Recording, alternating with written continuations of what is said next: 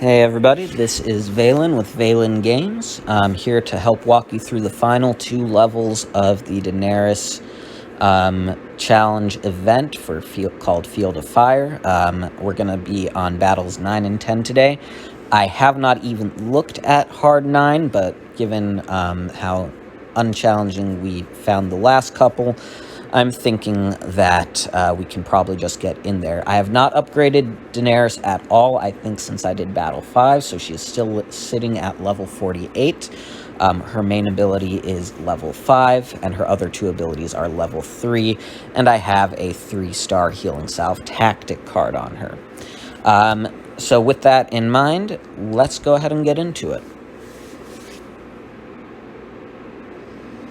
Alright, we've got an ambush-style battle here with 4 horses, 1 shieldsman, and 1 bowyer. Abilities are continuing to remain the same as they've been in previous rounds. Actually, no, I take that back.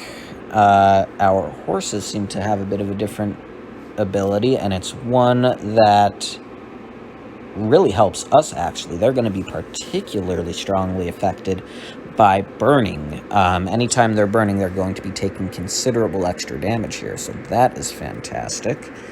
The archer, however, is the same. Oh, okay. So bottom line is, archer is still the same. He adds vulnerability. Shieldsman continues to heal like in previous rounds, but these horses, even though there are 4 of them and they're highly maneuverable, they are going to get killed by burning. I'm going to keep Daenerys right where she is. In an ambush like this, there's not much of a difference, and she's going to be easier to move out of the range of the archer there. We're going to use our usual 3 here, which in my case is this Great Swordsman from Winterfell, my River Run Bowyer, and River Run Shieldsman. Sorry, I kind of clicked on them backwards there, but you know who I'm referring to. You can see the icons. I think, yes, we're going to keep our... No, I'm going to switch these guys. I want to get that bowman taken out. No, I take that back. I'm going to use the Great Swordsman on that shield since he's going to have a fair amount of HP. I want my heaviest hitter there. We're going to use our shieldsman and archer to go ahead and prioritize that one first. And I'm going to let Dany kind of defend herself against any horsemen who go in for her in this. So let's get started. Alright, so right off the bat, none of our guys have special abilities yet, as is usually the case. I am going to do a hit here with my archer, and even though this guy is usually going to be my target, because he gets that counterattack, since I'm only 2 squares away, I'm instead going to start on the horse, because I want that archer to last for as long as possible. Pretty much everything else, I'm going to wait till we have specials before I engage. That way I make sure our guys last until the enemies are in a more advantageous position for us.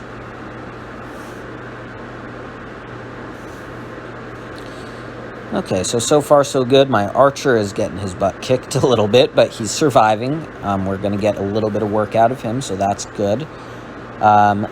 I'm not even going to bother moving my Daenerys. I'm happy with her where she's at, and it's just a question of where I want this fire to land. This is a tough choice. I can hit more enemies on this end here, but I really want to get rid of that healing ability for the shieldsman, so I'm going to prioritize him.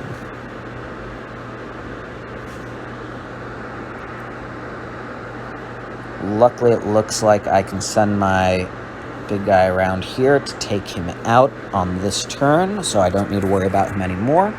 We're going to move our archer out of the main field of fire here and hit these guys with my area of effect. I want to get their archer in there because he is a pain in the butt, and now I can take him out with my shieldsman since he's a bit maneuverable, leaving me with only the horses to worry about, and those guys, no matter what happens to my melees, are just going to get absolutely destroyed by Daenerys' dragon next time he comes around. So our goal at this point is simply to keep those horses grouped up so that Daenerys can kill them all.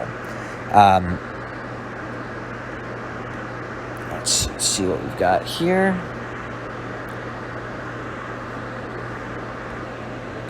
Alright, so one horse down, the rest are still in the main area. I'm going to happily move Daenerys in that area to keep him that way. I'm even going to go on the offensive a little bit since that guy was so close to being dead anyhow.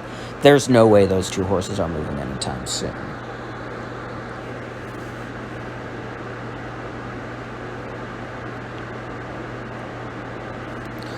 Alright, so closing in with my Great Swordsman a little bit. He gets a bit of extra maneuverability since an ally took damage. That's one of his abilities. That works out rather nicely for me. That's alright, my archer won't hit anybody, but no worries.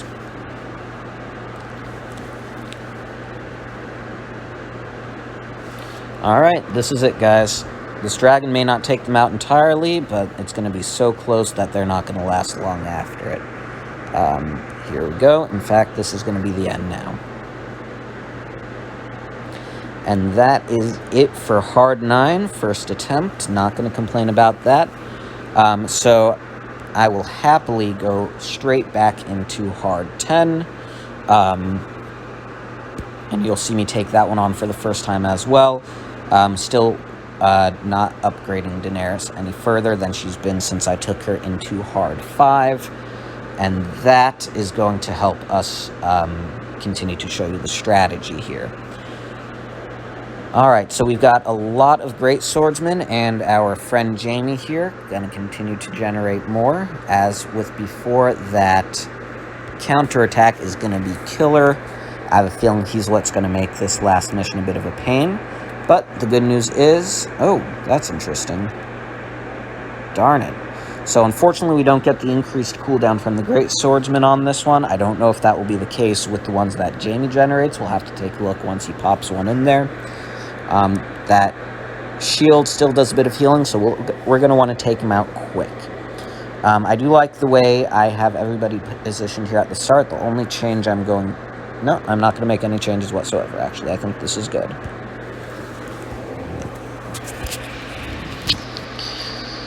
Alright, so we're going to start by closing the distance with the Great Swordsman. And...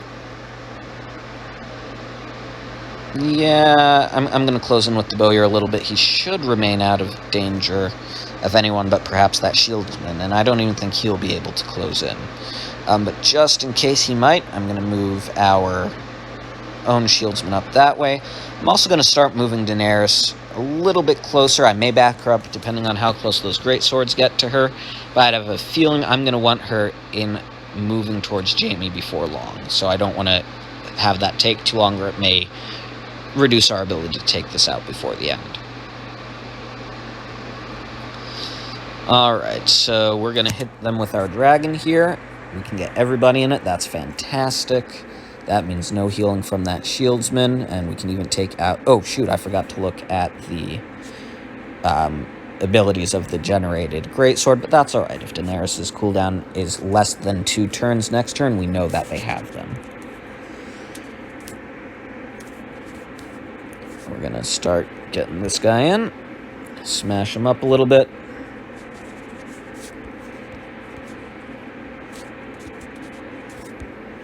And let's scooch in here.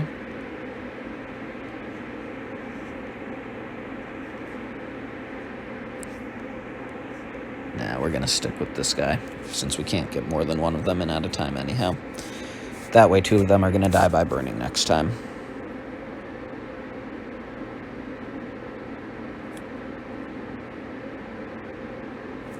Alright. And look, so yes, these guys must have an increased cooldown ability, the ones that generate from Jaime, because Daenerys' power is already ready to go, and in fact, they do. As you can see, it's that desperate ability. This one's new. Active when attacking marsh gains stackable damage boost. Okay, so that's interesting. These guys may have low health, and they may help our cooldown, but if we let them get too close, they're going to deal some serious damage. But I don't think we need to worry too much about it. Because, as you can see, they're not getting anywhere close to us. Do you want to try and get Jaime in on this? Yeah, let's go ahead and do that. I want to keep taking down Jaime. He has high HP based on previous levels. I don't want to have to worry about dealing with him later. Ah, sorry about that. Misclicked. Alright, that greatsword is going to be dead from burning after his turn, so I'm not worried about him. We are going to move my greatsword in here, start working on that. I might even be able to take him out. Oh, right, Daenerys has already done her turn. So I'm going to start working on Jaime over here.